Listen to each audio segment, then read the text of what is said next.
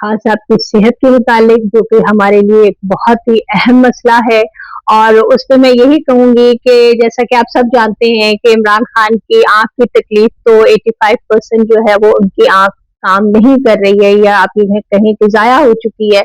लेकिन उसके बावजूद अभी तक 8 माह हो गए हैं, ना तो उनकी बहनों को एक्सेस दी जा रही है, ना उनके डॉक्टरों को एक्सेस दी जा रही है, और ना ही जहाँ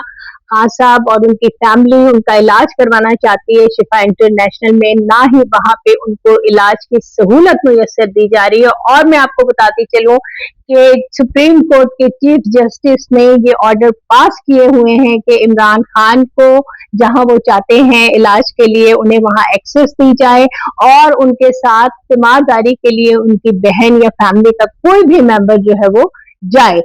तो ये वो चीजें हैं कि हर तरह से जो हमारे आइन में है, जो बैनुल अक़वामी आइन में है, जो मंडेला रूल्स में है, लेकिन अफसोस, सद अफसोस के खान साहब को वो सहूलत नहीं दी जा रही इन सब बातों के बावजूद। और उन्हें रात की तारीकी में हॉस्पिटल ले जाया जाता है और वापस लाया जाता है, उनकी हमें कोई खैर खबर नहीं है, और हम सब शदीद उनके बारे में परेशान हैं।